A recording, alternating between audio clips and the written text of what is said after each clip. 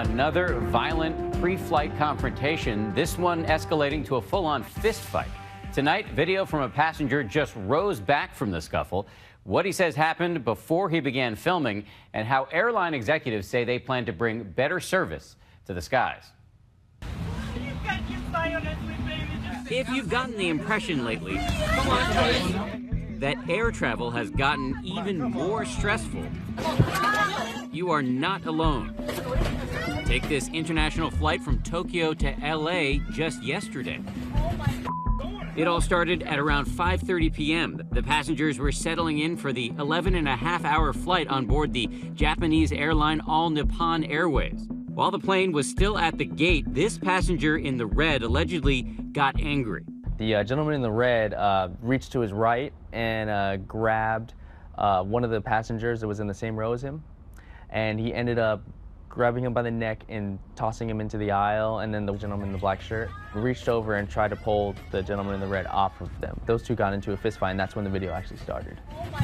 Someone help! This guy's crazy! Help! Help!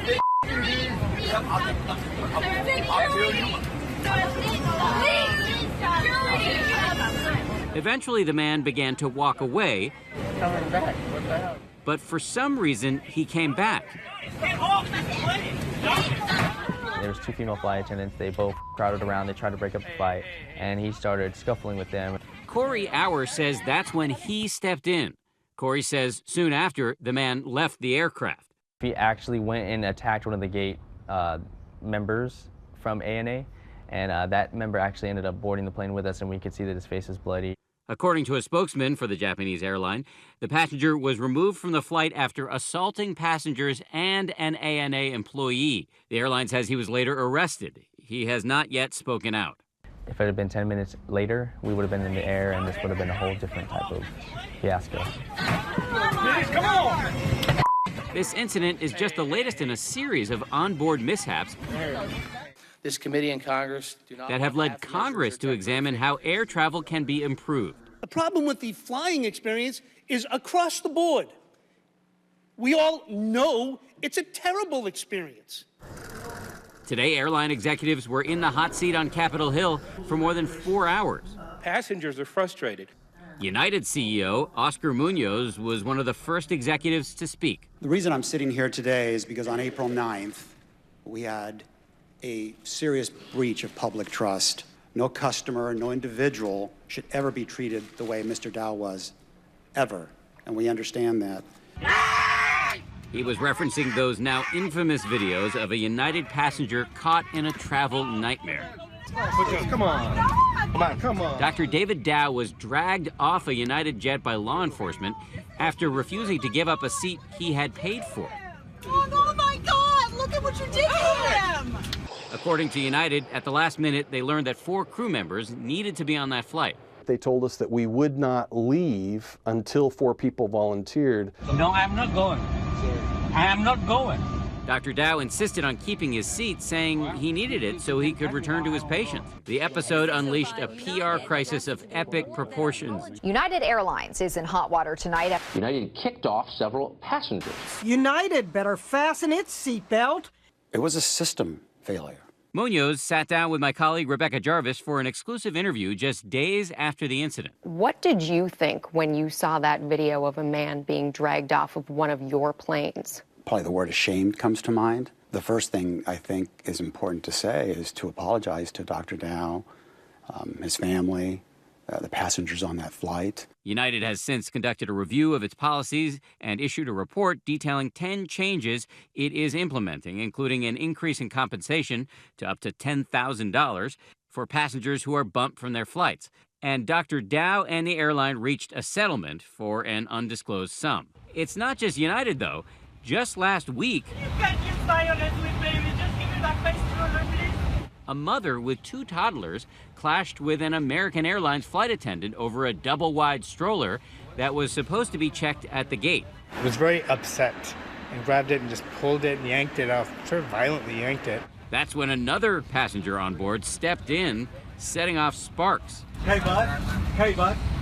You do that to me and I'll knock you flat. Stay out of American Airlines upgraded the woman and her family to first class for the rest of their trip, They also refunded the full price of her ticket and gave her a $1,000 travel voucher. At that congressional hearing today, an American airline executive addressed the incident. We did not handle that situation as it should have been handled, and we take responsibility for that. We should have helped her to gate check her stroller before she brought it on board. If things seem to be soaring out of control, some experts say there are ways for consumers to manage their airline stress themselves. Think about how any sort of calming that you want to do for yourself, if that's listening to music, if that's reading a book. When it came to that United passenger, Dr. Dow, it's possible he was bumped because of the kind of ticket he bought. Really, these airlines are very secretive with whatever formula or algorithm they use to select these passengers. But the fact of the matter is that if you are flying an airline with which you have no status, and you bought a fare that comes with no frills, you're going to be flagged if it's oversold.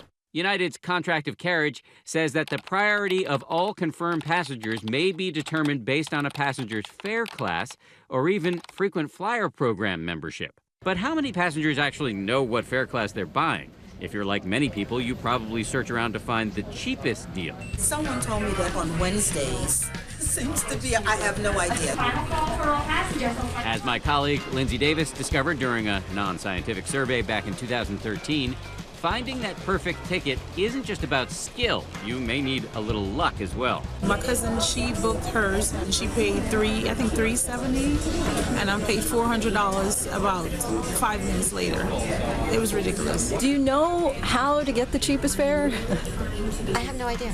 It can change while you're booking it. A grand total of $481.60. Would you be really disappointed to know the lady sitting right there on the end, she paid about $250. I would be disappointed to know and that. She booked it 2 weeks ago on Expedia. Wow. And while you may save some cash on a lower cost ticket, Gabe Saglier says you could be sacrificing much more. Perhaps paying a little bit more for a fare is really an investment in your experience, and at the end of the day, an investment in your sanity. So as we approach Memorial Day, to protect yourself from a potentially frightening flight, Saglier has a few tips. Number one, be a loyal flyer with that airline. Number two, avoid hub-to-hub flights. Pick your days of the week wisely. If you can travel on a Tuesday versus, say, a Monday, then the number of business flyers on that flight diminishes quite a bit.